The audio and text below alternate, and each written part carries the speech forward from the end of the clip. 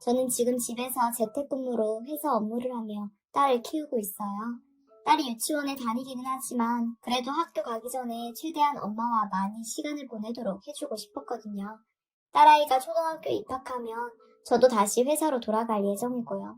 제가 딸과 최대한 붙어있기로 결정한 이유는 딸이 이혼가정의 아이이기 때문이에요. 네, 맞아요. 제가 이혼한 엄마죠. 딸은 아무 잘못이 없는데 어른들 때문에 부모의 빈자리를 느끼게 하는 게 마음이 아파서 최대한 옆에서 같이 돌봐주고 놀아주고 싶었어요. 아직 이혼에 대해 제대로 개념이 잡히지 않은 어린애라 천진하게 노는 모습을 보며 마음이 쓰립니다. 그리고 딸과 저를 이렇게 둘만 남겨둔 전 남편 사실 마음 같아선 욕을 해주고 싶지만 편의상 그놈이라고 할게요. 그놈을 생각하면 정말 아직도 분하고 잡아서 두들겨 패고 싶어요. 내 인생을 지옥으로 만들고 딸과 저를 버리고 자기 이기심만 채우는 정말 제게는 인간도 아니었던 놈이에요. 다시 생각해도 애까지 있는 인간이 어떻게 그런 짓을 했었는지 소름 돋을 뿐이에요. 남편은 딸이랑 격주로 만나고 있기는 한데 딸이 다 크면 꼭 진실을 다 얘기해주고 자기 아빠가 어떤 인간인지 모든 사실을 알려주고 말 겁니다. 딸도 쓰레기는 피할 줄 알아야죠. 그 놈과 저는 둘 다 대학을 졸업하고 선을 봐서 만나게 되었어요. 저는 사실 손자리 같은 게 불편했는데 저희 엄마랑 교회를 같이 다니며 안면이 있던 아주머니가 자기 조카가 정말 착하고 좋은 남자라고 둘 다 나이도 비슷하니 한번 만나서 좋은 인연 만들어봐라 그렇게 하도 난리를 치셔서 결국 나갔어요. 선으로 사람을 만나고 하는 건 제 취향이 아니라 그냥 예의만 갖추고 정리하고 헤어지려고 하고 나갔는데 생각보다 괜찮은 남자가 나왔더군요. 예의 있고 다정했고 제 이야기를 잘 들어주며 배려하는 태도를 가진 사람이었어요. 무엇보다 저에게 인상 깊었던 건 그도 저에게 사실 저도 선자리는 불편한데 이모가 하도 유난을 떠셔서 나왔어요. 하고 솔직한 심정을 말하더군요. 그런데 안 나왔으면 후회했을 것 같아요. 하고 화사하게 웃는 모습이 제 눈에 콕 박히듯 하는 것 같았고 저는 급속도로 호감이 상승하여 저희는 서로 불편하다고 여겼던 맞선 상대에서 연인으로 발전하게 되었습니다. 엄마 지인 통해서 주선되어 맺어졌으니 엄마 그리고 엄마 지인분은 당연히 아주 좋아서 축복만 해주셨고요. 그놈은 연애 기간 내내 저를 정말 행복하게 해주었어요. 솔직히 그건 인정해요. 제가 그놈과 연애하면서 그놈 사랑 받으면서 정말 행복했었다는 사실이요. 그 모습이 그놈의 전부가 아니라 일부였단 걸 진작에 알았다면 제가 지금 이렇게 살고 있지 않을 것 같다는 생각이 가끔 들어요.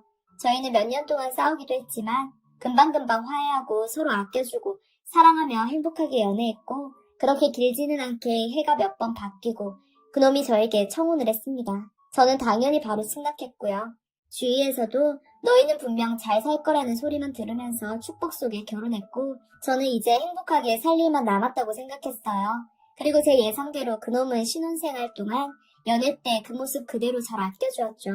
친구들 만나도 너희는 어쩜 그렇게 아직도 연애 때 같냐는 소리를 많이 들었어요. 그렇게 알콩달콩 재미있게 잘 살다가 시간이 흘러 제가 임신을 했어요. 지금 제가 키우고 있는 딸이요. 임신을 하고 3개월 정도 더 일하다가 임신 휴가를 내서 집에서 태교만 하게 되었어요. 임신 기간 내내 그놈은 저를 극진히 대했고 저는 힘든 입덧도 그놈의 도움으로 그래도 나름 편히 보낼 수 있었습니다. 10달 후에 딸은 건강하게 잘 태어났어요. 정말 너무 예뻤죠. 저는 일 욕심이 많던 사람이라서 아이 낳고 몸 풀리는 대로 바로 복직하리라 마음먹고 친정 엄마께 미리 아이를 좀 돌봐달라고 부탁까지 해놓은 상태였지만 아이가 태어나고 조리원에서 함께 시간을 보내다 보니 도저히 제가 안 돌보면 안 되겠더라고요. 갓난아이고 말도 못하는데 어떻게 이렇게 예쁘고 사랑스러운지 바로 복직해서 일하면서 지금 이때 예쁜 모습을 제 눈으로 보지 못하면 두고두고 후회로 남을 것 같았습니다. 다행히 회사에서는 제가 그동안 일한 것을 인정해줘서 제 자리를 남겨둘 테니 몇 년이든 육아 잘하고 다시 돌아오라고 해주었어요. 감사한 마음으로 장기 휴가를 신청해 그렇게 저는 전업주부인 듯 맞벌이인 듯 애매한 위치가 되었습니다. 그놈은 장기 휴가를 내고 딸을 돌보겠다는 제 결정을 무한 지지해 주었고 아주 잘 결정한 일을 하며 자기가 더 열심히 일하면 되니까 걱정 말고 딸 돌보는 데만 집중하라고 했어요. 그렇게 제가 일을 쉬고 딸을 돌보는 동안 남편은 일이 더 늘어났어요. 늦게 오는 날이 잦아졌는데 회식이나 술자리를 가진 게 아니라 늦게까지 추가 업무를 자기가 도맡아서 하다가 오는 것이었죠. 추가 수당을 더 받을 수 있다고 하면서 하나라도 더 해야 기저귀값 번다고 열심히 일하더군요. 그런 그놈에게 미안하고 안쓰러웠지만 저도 집에서 아이를 돌보고 또 첫아이라서 이것저것 모르는 것 투성이라 하루 종일 정신없이 아기 돌보며 집안일하고 정말 용수철처럼 이리 튕기고 저리 튕기고 하면서 그렇게 살았어요. 그래도 딸이 웃고 울고 하루가 다르게 자라는 모습 보면서 저와 그놈은 힘들어도 웃을 수 있었습니다. 아무리 피곤해도 그놈은 퇴근 후 꼭 딸과 함께 조금이라도 놀아주곤 했어요. 그렇게 몇 년 동안 저희 가족은 각자 바쁘게 살았습니다. 그러다 어느 날 일이 터졌어요. 그놈 회사에서 전화가 걸려와 그놈이 갑자기 쓰러졌다고 하더군요. 저는 놀라 아이를 안고 병원으로 달려갔습니다. 의사 선생님 말로는 과로로 인한 피로 누적으로 잠시 기절을 한 것이라고 했어요.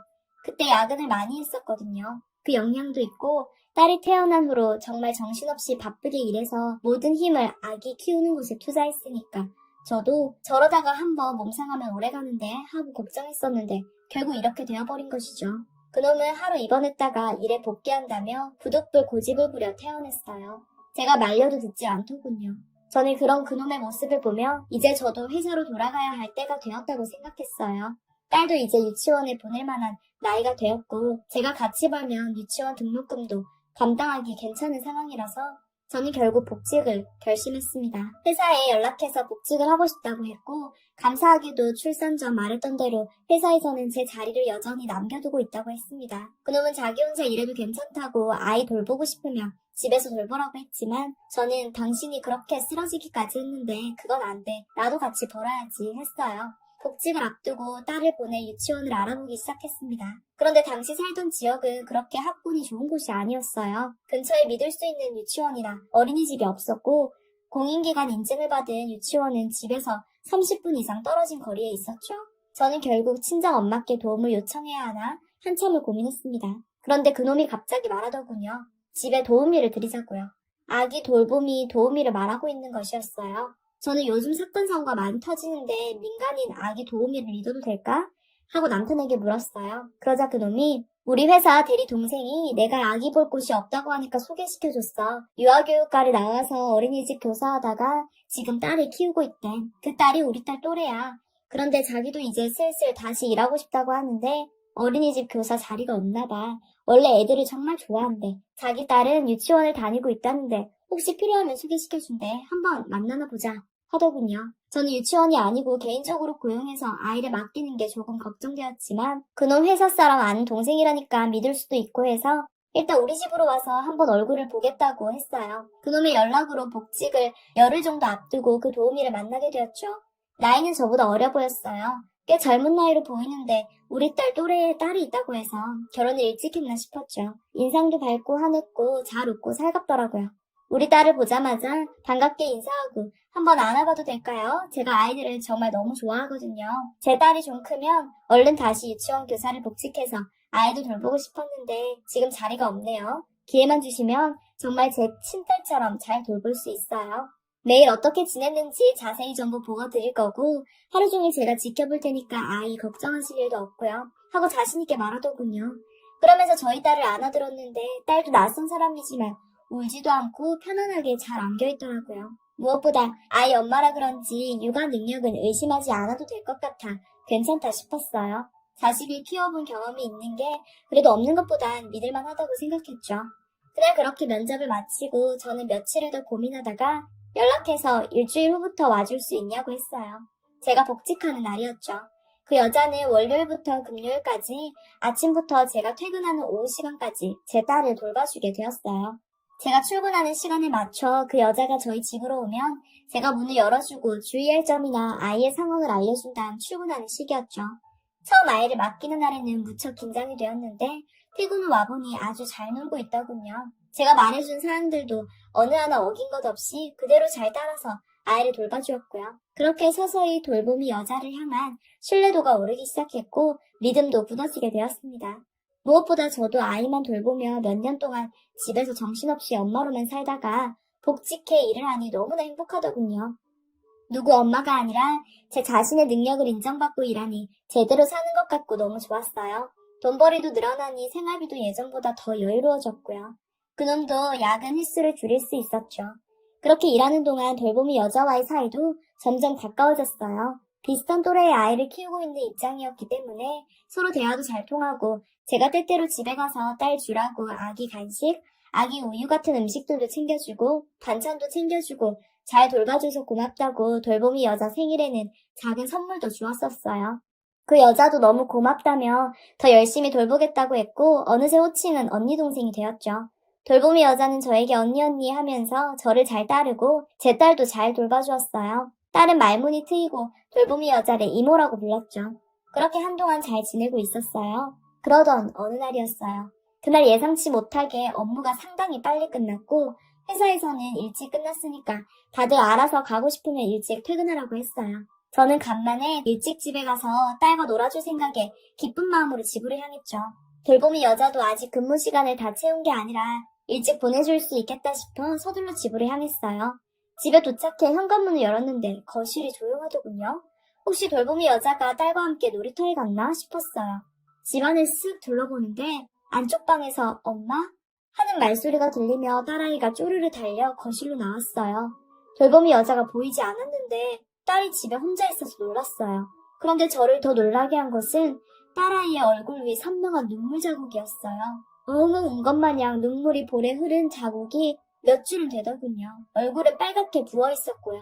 누가 봐도 많이 운 것 같은 얼굴이었습니다. 너무 놀라서 우리 딸 울었어? 왜 울었어? 무슨 일 있었어? 이모는 어딨어? 하고 물었어요. 제 무릎을 듣자 딸이 입속을 달싹이더니 이내 제 목을 끌어안고 엄마 하고만 말하더니 울기 시작하더군요. 정말 서럽게 끄끄대며 우는 소리였어요. 그 울음에 가슴이 철렁 내려앉아 가슴이 요동치기 시작했어요. 우선 우는 딸을 달래주었고 한참 지나 딸이 울음을 그쳐서 저는 우리 딸 무슨 일 있었어? 엄마한테 다 말해봐. 무슨 일 있었는지. 거짓말 안 하고 전부 말해줘야 엄마가 도와줄 수 있어. 하고 말했죠. 딸은 울음이 섞인 목소리로 엄마 내 공주님 목걸이가 없어 라고 말했어요. 공주님 목걸이는 얼마 전에 제가 딸 장난감으로 사준 목걸이였어요. 요즘 딸이 푹 빠진 공주 만화가 있는데 그 캐릭터가 목에 걸고 있는 구슬 목걸이였죠. 여자애들이 좋아하는 그런 목걸이 장난감이요. 딸이 사주고 나서 잘 때도 걸고 잘 정도로 애지중지했던 건데 그게 없어졌다는 말이었죠. 그때까지만 해도 저는 딸이 목걸이 잃어버려서 엄마한테 혼날까봐 걱정돼서 우는 줄 알았습니다. 그래? 어디서 잃어버렸어? 괜찮아. 엄마가 찾아줄게. 엄마랑 같이 찾아볼까? 하고 말하니 딸이 고개를 절레절레 저으면서 잃어버린 거 아니야. 엄마, 이모가 내 목걸이 가져갔어. 이모가 가져갔어. 하면서 울었어요. 딸이 말하는 이모는 단 한 명, 돌보미 여자가 될 수밖에 없었죠. 저는 너무 놀랐어요. 이모가 가져갔다고? 왜 이모가 가져갔어? 하고 물었더니 딸은 이모가 언니 줘야 된다고 가져갔어. 내가 동생이니까 언니한테 양보해야 한대. 엄마 근데 나 공주님 목걸이 갖고 싶단 말이야. 하고 엉엉 울더군요. 저는 이 상황이 너무 믿겨지지 않아서 딸을 안고 가만히 있었어요. 언니라니? 누가 우리 딸 언니라는 거였는지 한참을 생각해 보았어요. 그러다 문득 머릿속에 생각이 스치더군요. 그런 장난감 목걸이를 돌보미 여자가 가져간 이유는 아무리 생각해도 단 하나뿐이었어요. 그런 목걸이를 가질 만한 사람은 그 여자의 딸 한 명뿐이었죠. 저는 딸을 안고 달래며 그 여자에게 전화를 걸려고 했어요. 그 순간 현관문 열리는 소리가 들리고 문이 열리더니 그 여자가 들어오더군요. 그러나 혼자가 아니었습니다. 그 여자는 옆에 제 딸과 비슷한 또래의 여자아이를 데리고 있었어요. 둘이 하하호호 웃으며 들어오다가 제가 집에 있는 모습을 보고 놀라더군요. 어머 언니 벌써 퇴근하셨어요? 몹시 당황한 얼굴로 제게 묻는데 저는 굳은 얼굴로 말없이 그 여자를 노려보기만 했어요. 그리고 옆에 있는 여자에게 시선을 돌렸죠. 목에는 제 딸의 것이 분명한 공주 목걸이가 걸려있었어요. 그 아이는 저를 천진난만하게 웃으며 쳐다보고 있었습니다. 지금 우리 딸 목걸이 뺏어다가 뭐 하는 거예요? 그리고 동생 딸은 언제 데려온 거고? 동생 딸을 우리 집에 데려온단 말은 지금까지 없었잖아. 싸늘하게 말하니 당황해서 말을 더듬더군요.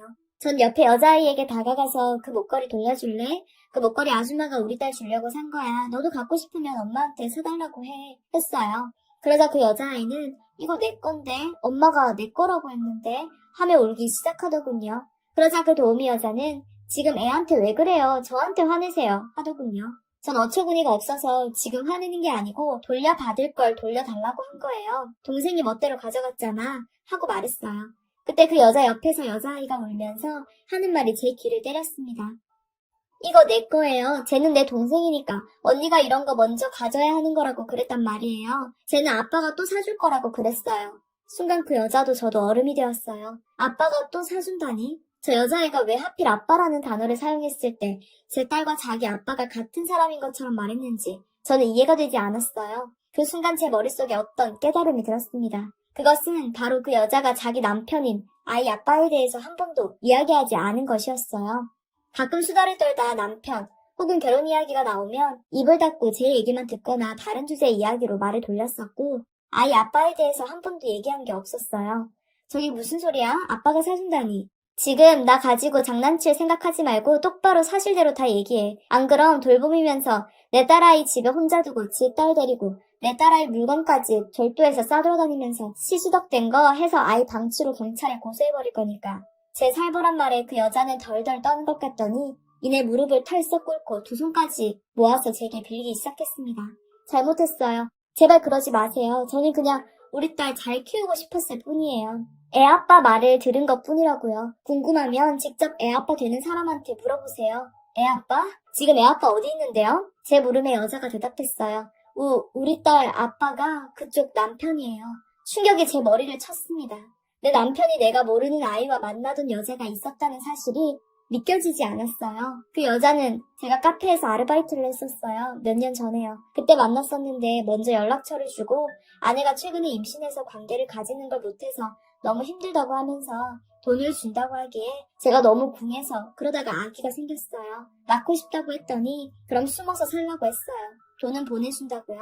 그래서 그 사람이 주는 돈 받고 살았는데 갑자기 연락이 오더니 일자리가 생겼는데 일할 마음 없냐는 거예요. 제 딸아이는 저희 엄마한테 맡기고요.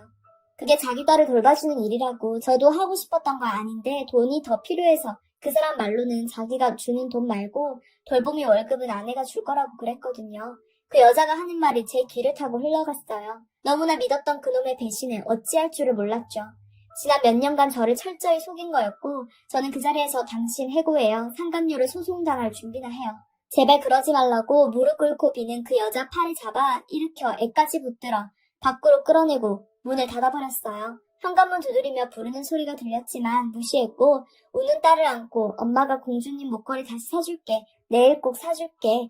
하고 달래주었어요. 그날 저녁에 그놈이 들어와 돌봄이분 해고였다면서 하고 물었어요. 태어난 척하는 목소리가 틀림없었죠. 그걸 당신이 어떻게 알아? 돌봄이랑 개인적으로 연락하나 봐. 아니면 당신 딸이 아빠한테 아빠 마누라가 우리 엄마 잘랐다고 꼰지르던? 제 물음에 남편 얼굴이 하얘지고 동공이 흔들리기 시작했습니다. 그 모습을 보고 저는 모든 게 사실이라는 걸 받아들여야 했어요. 이혼 소장 보낼 테니까 사인할 준비나 해. 애는 내가 키울 거니까 양육권에 토달 생각하지도 마.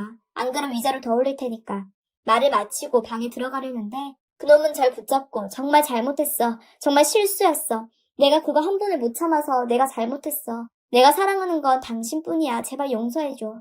다시는 그 여자 안 만날게. 그 애도 안 볼 거야. 한 번만 용서해줘. 하길래 그럼 여자가 가만히 있겠어? 양육비 안 주면 난리치고 불만해질 텐데. 근데 어쩌나 나는 혼외 자식 양육비 주는 놈이랑은 살 생각이 없어서 말이야. 그 말을 끝으로 저는 방으로 들어가 문을 잠그고 딸과 함께 잤습니다. 아침에 일어나 딸을 임시로 친정에 데리고 가 맡겼죠.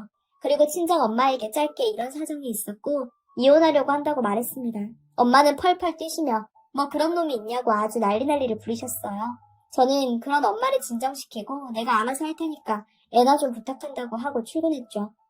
출근해서 일은 최대한 빠르게 처리하고 바로 전날 알아보 로펌으로 가서 이혼 전문 변호사를 알아봤어요.